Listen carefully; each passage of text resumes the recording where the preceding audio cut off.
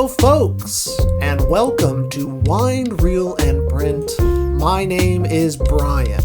And my name is Evan. And today we're going to be talking about two movies that weren't really intended, and no one decided they would be a double feature except for scheduling. Except for the Lord, yeah. Yeah. Did you say the Lord? Yeah. That's good. Yeah. It was an outside force that made this happen, as in the people who schedule it at the theater. It just made sense. They were two movies we wanted to watch. They were back to back, so we watched them together. And I don't know, last time y'all have watched two movies back to back in the theater, that's some hard work. Sure, if you ask me. That's some brain power. Yeah. Because even Barbenheimer, I watched those the same day, but I watched one in the morning, one at night. Yeah, that's gotta do a little cool down. And I like that. Yeah. That's nice. But then there's something nice about this too. It feels like also kind of what they used to do in the old days. Yeah. Make a whole night of it. Right. Multiple movies. Mm-hmm. It's an event. It's an event. Yeah. The movies we're talking about today are The Fall from 2006 and Anora from 2024. This episode was recorded late 2024. Lots of buzz around Anora. So this will come out after the Oscars, so we don't know exactly how things will land. Sure. But that's an interesting thing that I definitely went into it thinking like a lot of Best Picture buzz and things like that. And so maybe we can speak on that at a certain point. Sure. But let's start with the first one, The Fall. Sure. Directed by Tarsem, an Indian director. Yep. Tarsem Singh. Yes, and hilariously enough was there it is. Was also the director of Mir, which was that like really I would say awful Snow White interpretation. I would say awful. I would say just downright bad. And then there was another Immortals, which had Henry Cavill in it. Yeah. One of his first movies. And it seems like The Fall definitely stands out from a lot of his other things. Like it seems like a lot of his other stuff kind of gets lost in the sauce. Lost in the thing. Like this was like a very particular movie. And it certainly, and it feels that way. It feels like it's coming from a guy who's passionate. Yeah. About this. Yeah. And it The Fall follows a injured stuntman in a hospital who basically is regaling this young little kid who's also injured in the hospital with a made-up story. A story that he's basically fabricating from all of his history of movies and things like that and all sorts of things to create an epic story, all to basically convince this little girl to do something for him. Steal drugs. Because he is suicidal. Yeah. And that's when it really gets heavy. Yeah. But so here we have The Fall. You wanna what's your overview thoughts on The Fall? I sat next to you in the theater. There's a lot of laughter. Yeah. Yeah. I thought it was goofy. Yeah. I mean, I have a lot to say. Yeah. I don't know. Start spewing. What do you? I just like I had a lot of. I think I enjoyed it on my end, but I think for reasons that don't align with the way other people enjoy it. So I feel like, I don't want to overshadow our, I guess, or something. I don't know. Like I just felt like there was some weird things with like. Trying to balance reality and fantasy. Yeah. And so like for a lot of the movie, to me, I don't know like what I'm supposed to feel at some points. Like obviously you're supposed to laugh at the fantasy stuff and like be kind of like in the drama when you're in reality. Yeah. But to me it just like was too big of a jump to go back and forth. Yeah. And so like because the fantasy world is like so bombastically goofy and like out there, it's like I can't take this thing seriously. You know what I mean? You can't ask me to like go make such far leaps in within a cut. Like that just doesn't make sense to me. And so I just found, and then on top of that, I didn't think Lee Pace's, especially at the end in the hospital bed, I found his acting to be atrocious, like not good in any regard. Wow, yeah. And so like I was just like, this is like very bad. Yeah. In terms of just the building of the movie in a lot of ways, Yeah. but. Yeah, it's interesting. It gets a lot of praise. It's like one of his most celebrated films. It's very technically ambitious and beautiful. Yeah. So there's like great parts of the movie. And like I still enjoyed it like overall as an experience. It's super fun and like things are just happening all the time. I just wish certain pieces were fit differently. Yeah. And like I feel like Pan's Labyrinth is a good comparison because it's doing something similar, but to me just a bit better. Yeah. And maybe comparison is The Thief of Joy, but it didn't sit with me in the right way, in the way that I think the movie wants you to sit with it. Yeah, you know what I mean? Yeah. And so, there was like moments of silence in the theater and I'm just cackling. No one in the theater is laughing except for you. So that's like, that happens a lot. When I watch movies and stuff. Yeah. Yeah. I'm maybe psychotic. Yeah. Just a little. We're what, 43 episodes deep? Plus another one? So, yeah. No, makes sense. It tracks. Yeah. Just a little. I liked it a lot. Yeah. I thought it was, it definitely kind of like was an interesting take on like a very meta way of like looking at how stories are made. Yeah. And I thought it was just really cool that one story is being made, but it's almost like thinking about someone writing the screenplay of it as it's happening. Like the real world is affecting it. Sure. In the sense, like when he is going through his depressive states, the story is getting depressive. And when she's like begging for it to get better, he refuses because he is depressed. Yeah, he doesn't believe it. And it's kind of up to her, to this little girl, to basically lift him out of this. Sure, yeah. And then all like the happy ending of the made up film culminates with the happy ending in the real film, and it was an interesting look. I certainly wasn't expecting the suicide angle to happen. Yeah, that felt out of left field. Yeah. That was like, whoa, we're going there. I mean, I got it. It definitely like I get it. Yeah. And then I really liked the little girl in it. She was really great. Yeah. And you could just tell that it felt very real. Yep, her acting was really good. Very, very good. And I would be very curious just how they got that out of Yeah. And the stories are like, obviously that, they how can you really convince a girl that young that she's in a movie and that what Lee Pace is saying to her is fake? Real. That's a hard thing to do for a kid. And that, I hope she's okay. That's all I'd say. She's got some time to think it over. Yeah. But also once again, the visuals are intense and obviously comes from a guy. I think maybe he was known for doing music videos. I'm not sure, but seemed like a commercials. Seems like that kind of guy that has like that kind of really visual eye. Sure. And it's big and beautiful and everything. Yeah. I felt like all of those things felt really cool. It felt like really almost like paintings of where things are fitting in different dimensions of it. And the locations specifically are just like beautiful and amazing, and the colors are great. Yeah. I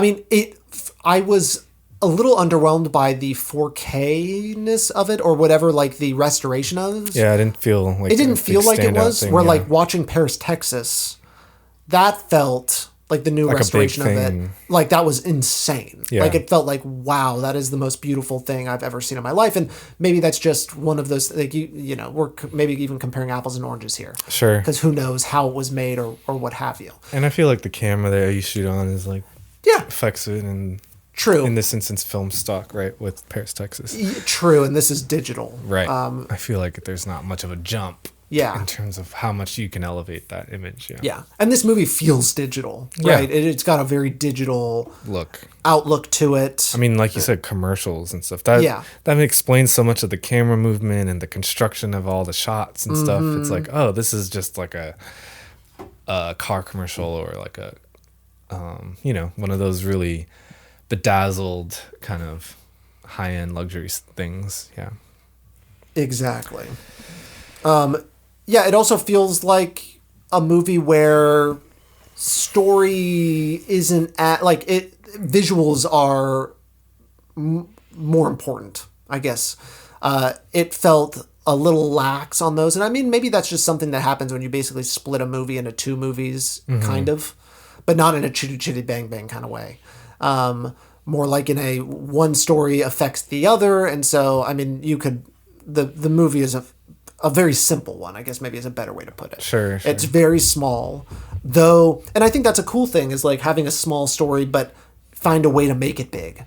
And this found an interesting way to make it big through imaginative sequences. Sure. It feels very Spike Jonze in a way, thinking about Spike Jonze and David Fincher being producers. Yeah, producers on this. Presenters. Yeah, presented by. So I don't know what that means. I saw that Tarsem did AD a David Fincher film after this.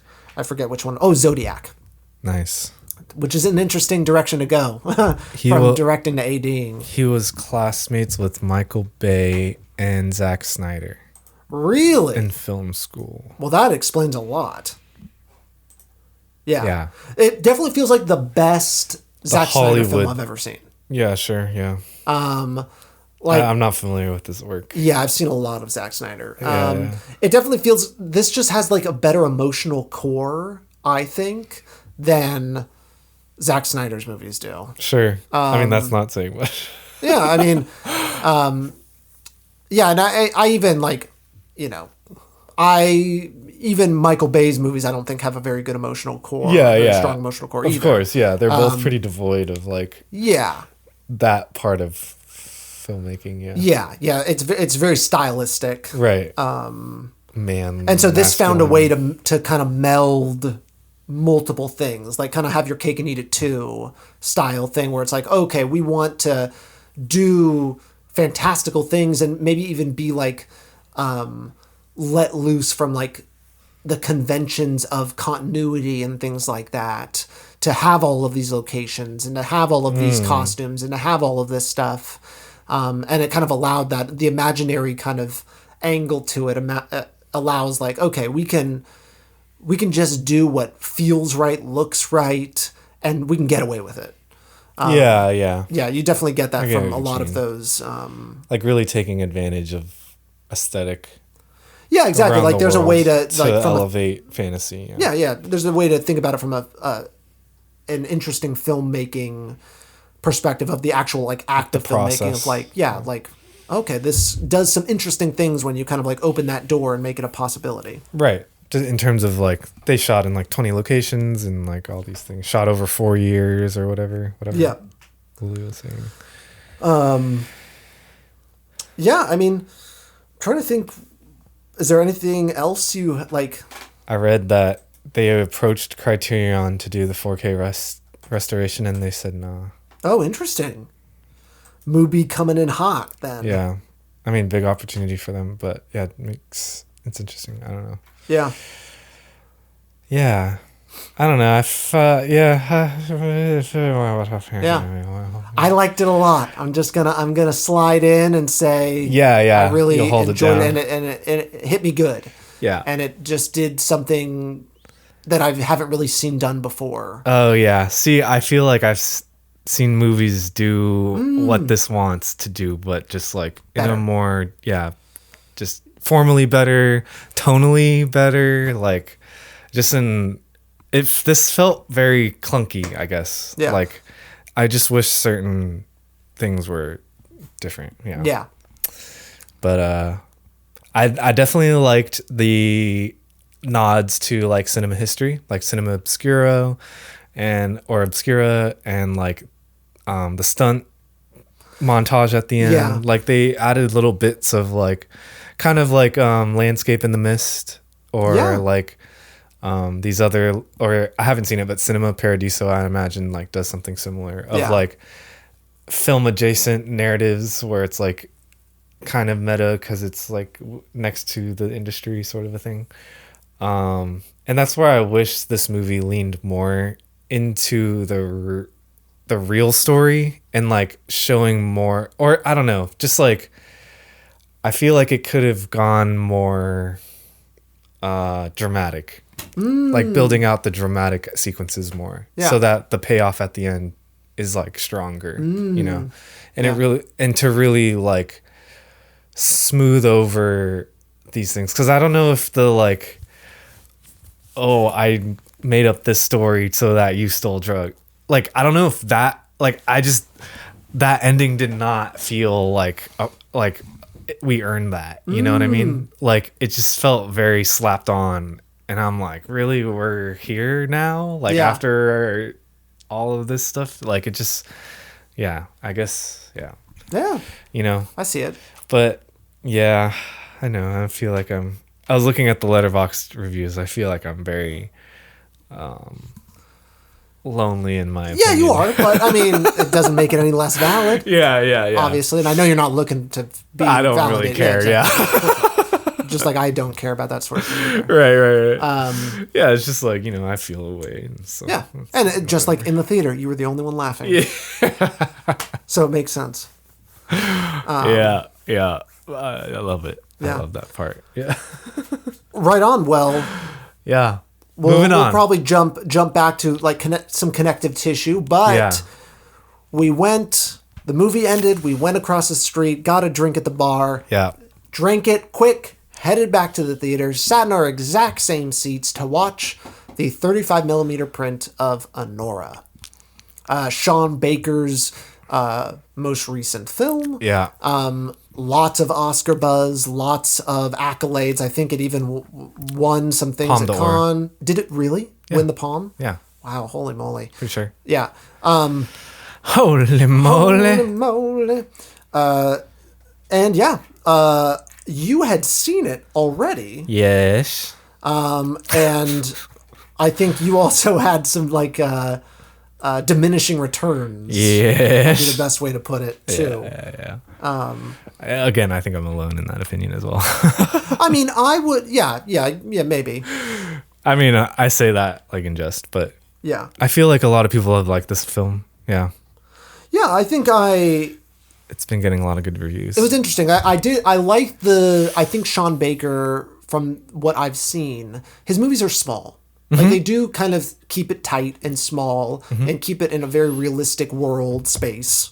And I think this did it too. Like like a majority, not a majority, but a large portion of the movie is just like a scene in the house where they're all kind of like trying to, basically the son gets found out that he's married this stripper, and then they are kind of getting in it. It just feels like all of the characters in like in very like classically Hollywood, it almost, but with like this kind of like modern tinge of like slapstick, but crazy, like crazy bitch slapstick sort of thing.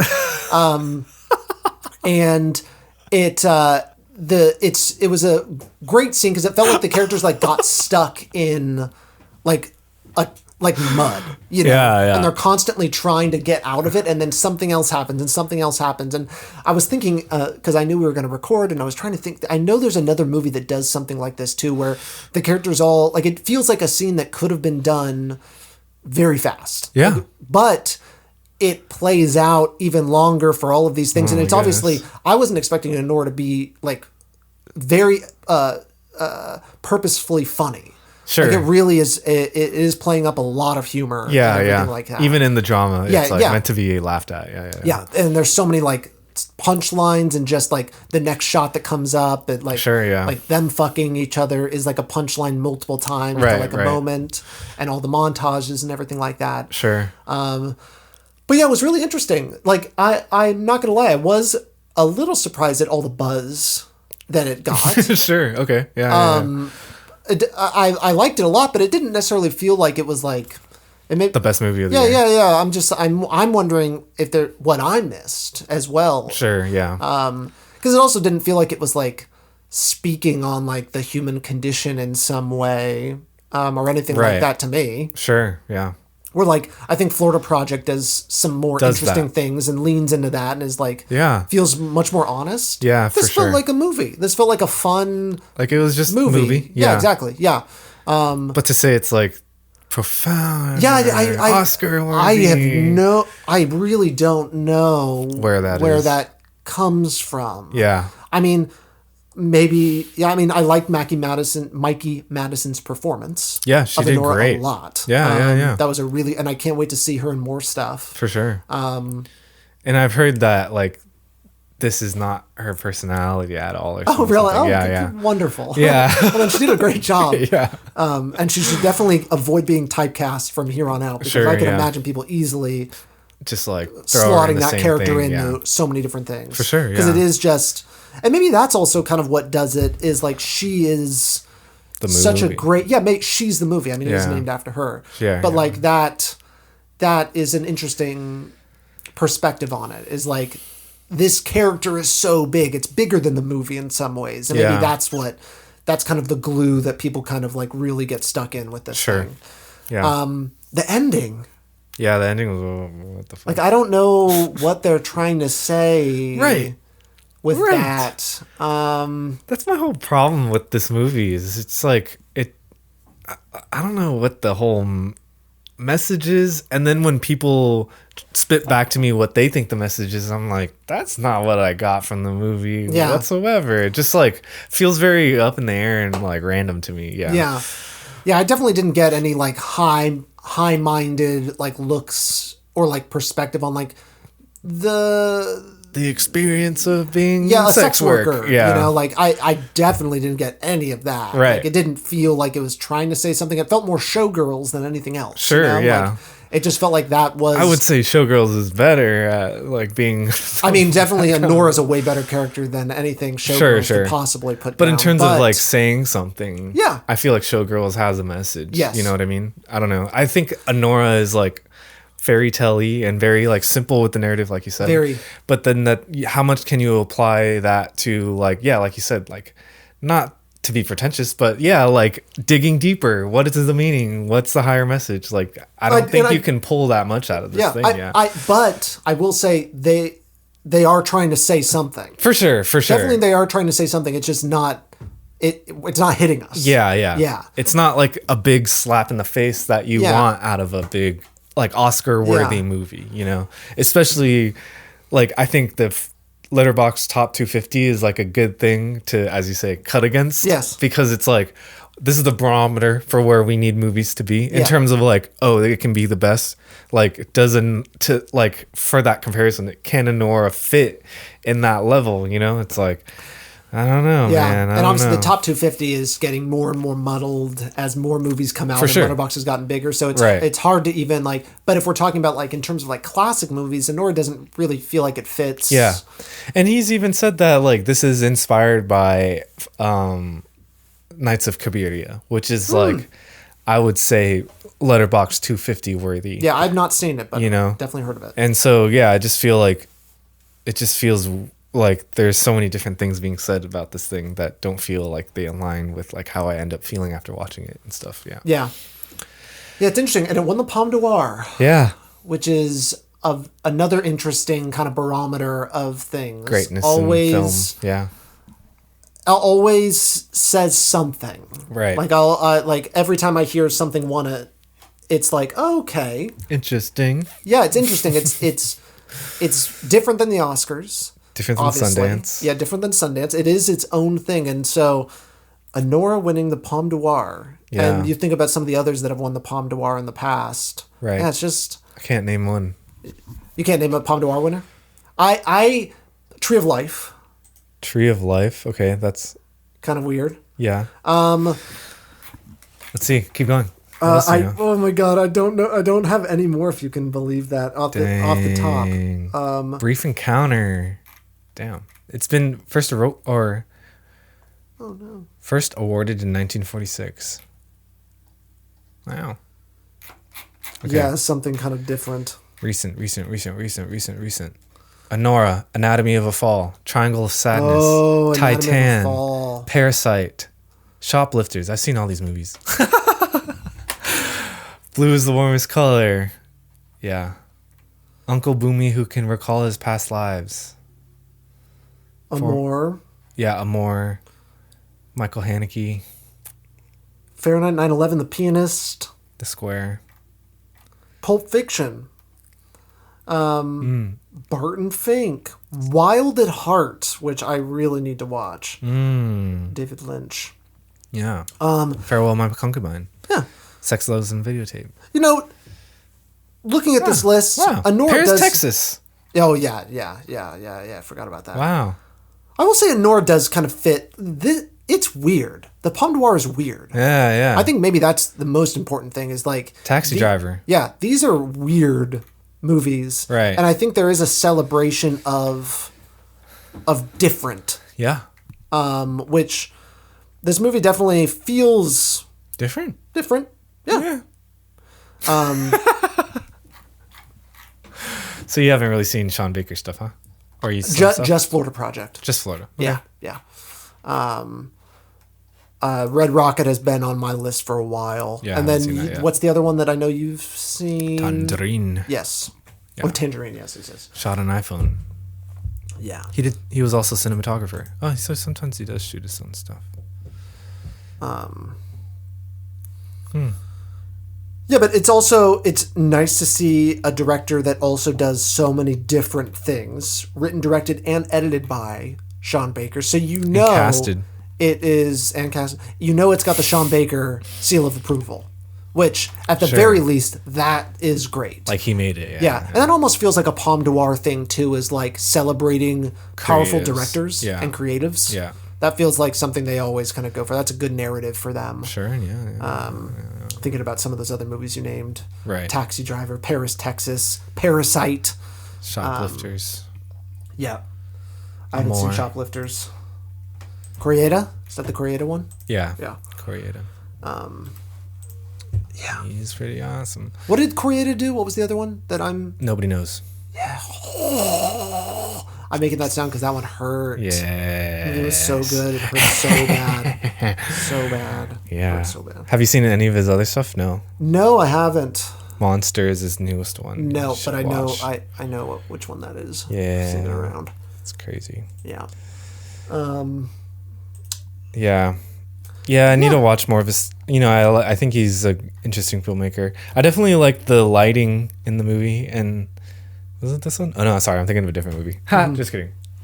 Lighting sucks. Yeah, it was okay. It was me. Yeah. It was me. There is interesting camera work in this. Like in certain scenes, you just notice it's all in one take, and camera's like walking around and doing all sorts of shit. And it's like, oh wow, that's impressive because all the acting is in that shot. Yeah. You can't like take it out of the cut or into the cut and stuff. So definitely impressive. It's so funny. Another just meta thing to say is I did not notice any of that. It shows just how we watch it differently. Yeah, so differently. Yeah. Yeah, I don't know. I can't really not notice that, I guess. Yeah. And also, it's fun. Yeah. I mean, I notice it occasionally, but it really has to slap me in the face. Yeah. And I think in this one, it's being very, like... subtle. You're not supposed to notice it, I think, great performances. I did like it a lot. Yeah. It felt more like a comedy than anything else. Yeah. And then it got very serious at the end. Yeah. It definitely was. Weird. Like, it had something it wanted to say. Buzzkill. Yeah. Super buzzkill. But yeah, no, it's interesting for this movie to be the one that's kind of like breaking through the noise. I mean, I don't know how much all that translates into what actually happens, because people be saying you're talking about like best Oscar buzz. Oscar buzz is so hard to say, especially this far out from when we're recording this. Right. Because like people try to make their predictions and it's always wrong. Yeah. Or, it's always like a little bit weird and stuff. Yeah. So, but I could see him getting best director nomination. I could see her getting best actor. I definitely see that. I nomination. Absolutely see that. Yeah. You know what I mean? Like I could see this film being there at Oscar night. Yeah. Best picture. I mean, I don't There's even an know, argument like, maybe, but I don't know if there's like a film this year that's like is there anything that screams Best Picture that has come out? Like, we're not like, I think there's a lot of movies coming out next year that are going to hit more of those. Like, next year is looking to be a very good year. Like, I think a lot of the directors that we haven't seen in a bit are coming back. We'll finally get Bong Joon-ho's. Oh my God. 17. My God. Yeah. It's taken forever. And it'll probably be a Yorgos Lanthimos style. Like, there will be another Bong Joon-ho movie. Like, shortly after. So close after. Maybe. Which I'm looking forward to, Mickey 17. I think Yorgos Lanthimos might even, I don't know if his movie will be out next year, but... Yeah. Whatever it's called. But he makes it quick, so I'm really hoping that we get another. He knows what he's doing. Paul Thomas Anderson, I think, is next year as well. Yeah, the new one with Leo. Yeah. There's just a number of people I'm happy they're going to be popping back on the scene. Sure, yeah. It's been a while for those PTA. feel like, it has. Yeah. It'll be good to see that again. Because, I guess Licorice Pizza was the last thing he did. 2019 or 2020 or something. Wow. Yeah. Crazy. Yeah. But no, I don't know. So, I mean, maybe that makes it... I mean, it's already happened by the time this podcast has come out. It's already won. It's already picture. won. We're talking about the best picture. Yeah, exactly. Yeah. Oscars. Oh yeah, this must be the most boring thing to hear. Is us talking about something in the hasn't past happened. Yes, exactly. That must be awful to any listener. I'm so sorry. You're probably screaming that like what actually good is any of this? I mean, how much new movies have you seen this year? And new. I mean, do you feel like not as much qualified as you to say that? No, because I feel like I haven't seen that many new movies. Yeah, I can. It's probably even on like one hand that I've watched new movies this year. Right. There's just been like I kind of wait until like something bubbles up, and this movie bubbled up, and there's not really anything else that's kind of coming out or coming around that I'm hearing a lot about. There's one movie by that I think it's like an Indian film that I saw it at the theater, the poster out. Oh man, what's it called? That Indian film. Yeah, that seems very interesting. I don't know what it's called. So look through the entire category of movies made in India. It seems more like it's an Apur Sansar type Indian film than a Bollywood musical thing. It definitely seems like a very dramatic performance. I haven't heard of this. Yeah. Yeah. Check it out. That's what it is. So sounds cool. Yeah. But yeah, maybe you want to do the little connective? Want to try to connect these movies? I mean, I had said like trying to accept reality and escape fantasy was my like connecting thing. Yeah. Yeah. It's very interesting. It's very interesting. I've given very little thought to this because they feel so different to me. Like it is really difficult. They're both goofy. Yeah, they both got some goof in them. Yeah. They both got some goof DNA sprinkled. Anora, I felt like was much funnier than The Fall. I think intentionally, yeah.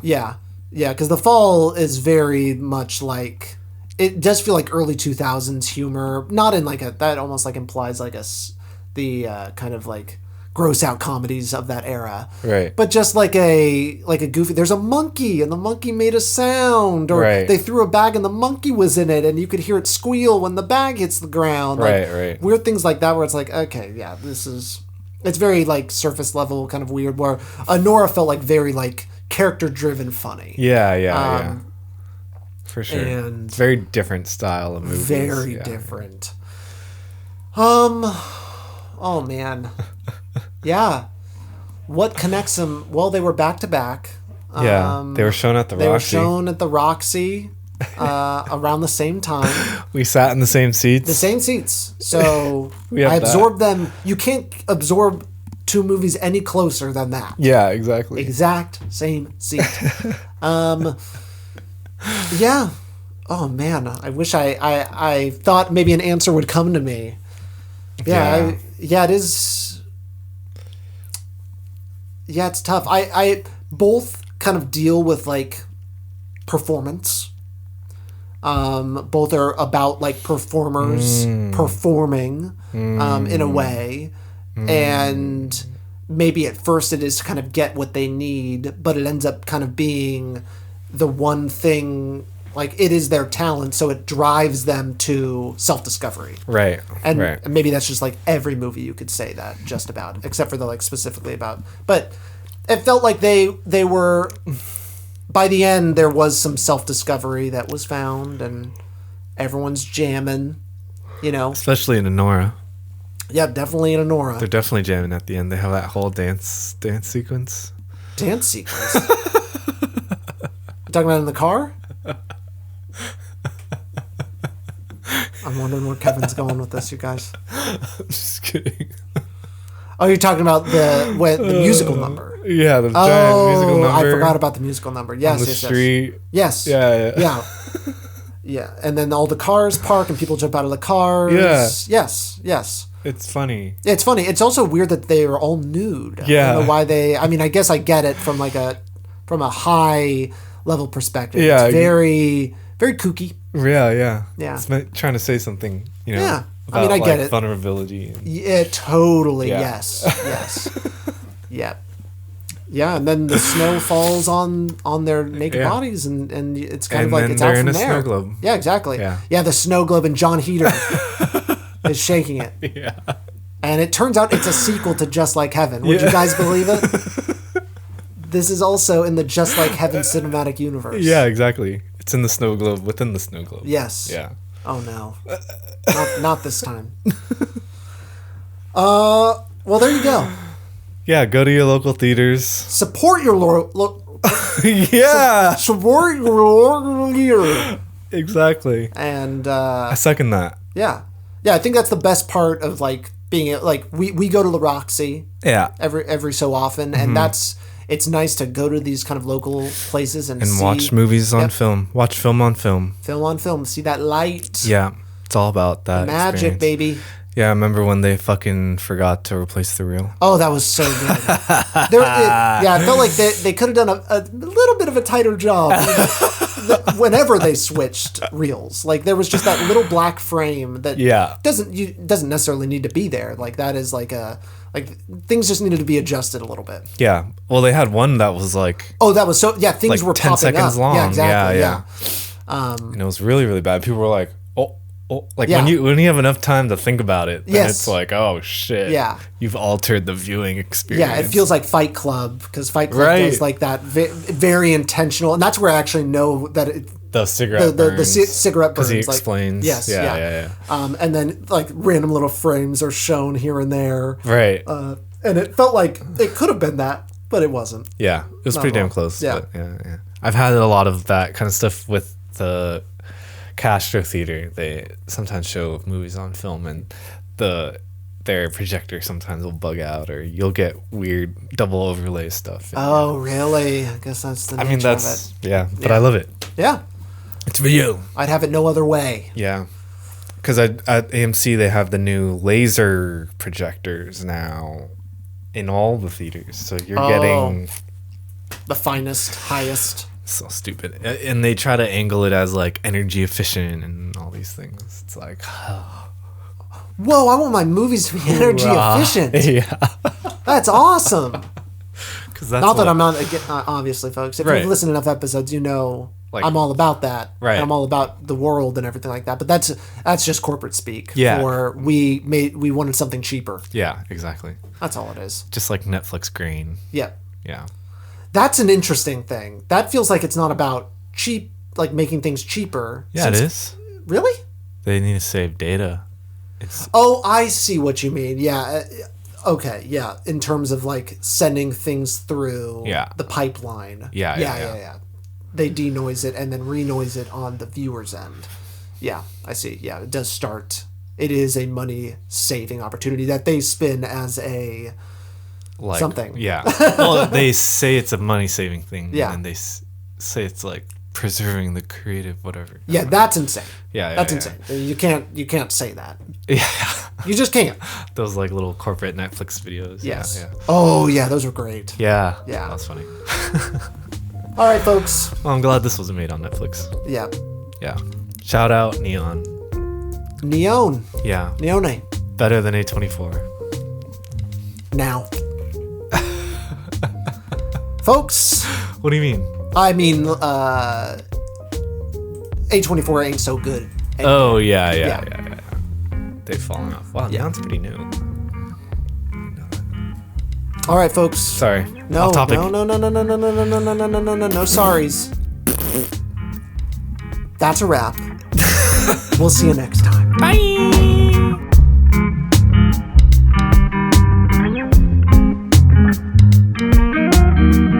Wind Reel in Print is a podcast by Salad Brain Productions. You can find us on Instagram at Wind Reel in Print Pod. You can also find us wherever you get your podcasts. And please, if you like the show, leave a rating and review. We'll see you next time.